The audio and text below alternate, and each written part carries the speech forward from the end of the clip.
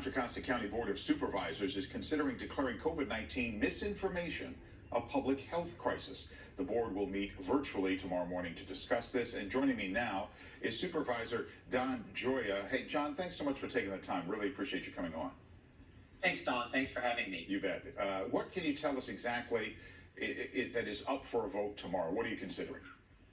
Well, Supervisor Karen Mitchoff and I are bringing a resolution that really raises the visibility over how all the misinformation about vaccines and COVID-19 harm other people. So we have a resolution that we developed with our health department that really declares this misinformation in and of itself to be a public health crisis, because when someone puts out misinformation that is relied on by other people, and people then choose not to get vaccinated, that impacts the community at large. So we just want to shine a light on this, and we respect that people have their own opinions, but they're just not entitled to have their own set of facts. So we're going to daylight this, talk about it, and draw attention to it. Yeah, John, this was such a huge problem at the very beginning of the pandemic and persisted all the way through.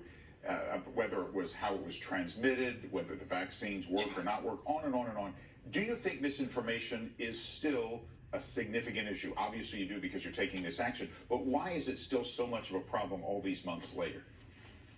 It's still a problem. The good news is that it's less of a problem, I think, than it was, just by virtue of the fact that 87% of people 12 and older in our county have received at least one vaccination, and 82% are fully vaccinated. So if you think about it, nearly 90% of our residents have trust in the vaccine and have gotten vaccinated. So people are voting with shots in their arms. They're saying, we agree with the science, we're going to get vaccinated, but that vocal minority has an impact, and especially in lower income communities that have lower vaccination rates. So we are working with trusted messengers like not just physicians, but clergy, pastors, and ministers who put also the message out about the science and the safety and effectiveness of these vaccines. So we're working with partners,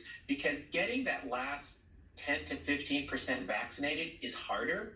And I think that's why we want to clear up the misinformation. Okay, John, you and your fellow Contra Costa County Board of Supervisors will meet virtually tomorrow to discuss this and perhaps vote. Two quick questions very quickly. Yes. Will a vote happen tomorrow, and what would this vote and declaration actually do?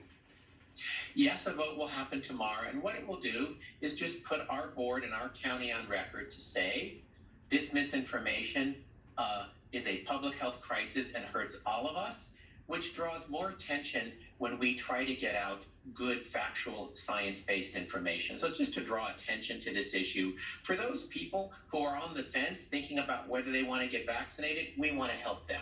Okay, great. John Joya, Supervisor of Contra Costa County, thank you so much for coming on. We appreciate it. Thank you, Dan. You bet.